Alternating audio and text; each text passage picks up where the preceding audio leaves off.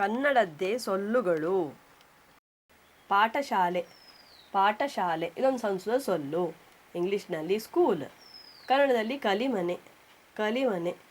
ತನ್ನ ಊರಿನಲ್ಲಿ ಅವನು ಒಂದು ಕಲಿಮನೆಯನ್ನು ಕಟ್ಟಿಸಿದ.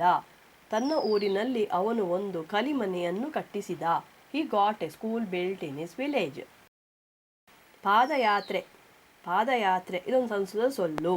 ಇಂಗ್ಲೀಷ್ನಲ್ಲಿ ಹೈಕಿಂಗ್. ಕನ್ನಡದಲ್ಲಿ ಕಾಲ್ನಡಿಗೆ. ಕಾಲ್ನಡಿಗೆ.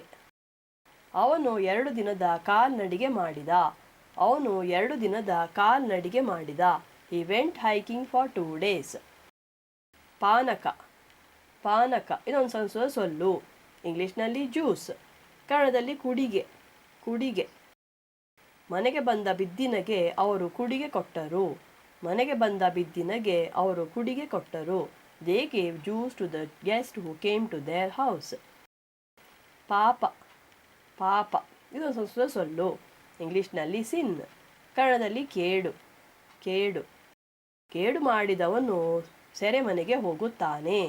ಕೇಡು ಮಾಡಿದವನು ಸೆರೆಮನೆಗೆ ಹೋಗುತ್ತಾನೆ. The sinner will go to jail. Payasa. Payasa ಇದೊಂದು ಸಂಸ್ಕೃತ ಸೊಲ್ಲು. ಇಂಗ್ಲೀಷ್ನಲ್ಲಿ porridge. ಕನ್ನಡದಲ್ಲಿ ಹಾಲುಣಿಸು. ಹಾಲುಣಿಸು. ಅವರು ಹಬ್ಬಕ್ಕೆ ಹಾಲುಣಿಸು ಮಾಡಿದರು.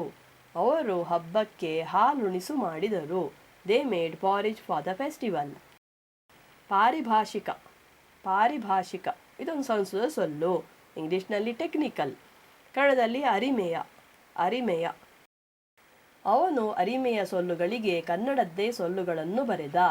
ಅವನು ಅರಿಮೆಯ ಸೊಲ್ಲುಗಳಿಗೆ ಕನ್ನಡದ್ದೇ ಸೊಲ್ಲುಗಳನ್ನು ಬರೆದ. He wrote the Kannada words for technical words. ಪಿಶಾಚಿ. ಪಿಶಾಚಿ ಇದೊಂದು ಸಂಸ್ಕೃತ ಸೊಲ್ಲು. ಇಂಗ್ಲೀಷ್ನಲ್ಲಿ ಗೋಸ್ಟ್. ಕನ್ನಡದಲ್ಲಿ ಹೇದೆ. ಹೇದೆ. ಅವನಿಗೆ ಹೇದೆಯನ್ನು ನೋಡಿದರೆ ಹೆದರಿಕೆ ಆಗುತ್ತದೆ. ಅವನಿಗೆ ಹೇದೆಯನ್ನು ನೋಡಿದರೆ ಹೆದರಿಕೆ ಆಗುತ್ತದೆ. He gets scared on seeing a ghost. ಪೀಠ. ಪೀಠ ಇದೊಂದು ಸಂಸ್ಕೃತ ಸೊಲ್ಲು. ಇಂಗ್ಲೀಷ್ನಲ್ಲಿ ಸ್ಟೂಲ್. ಕನ್ನಡದಲ್ಲಿ ಮಣೆ. ಮಣೆ. ಅವನು ಮಣೆ ಮೇಲೆ ಕುಳಿತುಕೊಂಡ. ಅವನು ಮಣೆ ಮೇಲೆ ಕುಳಿತುಕೊಂಡ. He sat on the stool. ಪೀಠಿಕೆ. ಪೀಠಿಕೆ ಇದೊಂದು ಸಂಸ್ಕೃತ ಸೊಲ್ಲು. ಇಂಗ್ಲೀಷ್ನಲ್ಲಿ ಪ್ರಿಫೇಸ್. ಕನ್ನಡದಲ್ಲಿ ಮುನ್ನುಡಿ. ಮುನ್ನುಡಿ. ನಾನು ಅವನ ಹೊತ್ತುಗೆಯ ಮುನ್ನುಡಿಯನ್ನು ಓದಿದ್ದೇನೆ. ನಾನು ಅವನ ಹೊತ್ತುಗೆಯ ಮುನ್ನುಡಿಯನ್ನು ಓದಿದ್ದೇನೆ. I have read the preface of his book. ಪೀಡೆ. ಪೀಡೆ ಇದೊಂದು ಸಂಸ್ಕೃತ ಸೊಲ್ಲು. ಇಂಗ್ಲೀಷ್ನಲ್ಲಿ ANNOYANCE. ಕನ್ನಡದಲ್ಲಿ ಕಾಟ. ಕಾಟ. ಅವನು ನಾಯಿಗೆ ಕಾಟ ಕೊಡುತ್ತಿದ್ದ. ಅವನು ನಾಯಿಗೆ ಕಾಟ ಕೊಡುತ್ತಿದ್ದ.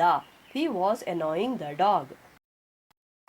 ಹೆಚ್ಚಿನ ಮಾಹಿತಿಗಾಗಿ D.N. ಶಂಕರ್ ಭಟ್ಟರವರು ಬರೆದ ಸಂಸ್ಕೃತ ಪದಗಳಿಗೆ ಕನ್ನಡದ್ದೇ ಪದಗಳು ಅನ್ನೋ ಪುಸ್ತಕವನ್ನು ಓದಬಹುದು.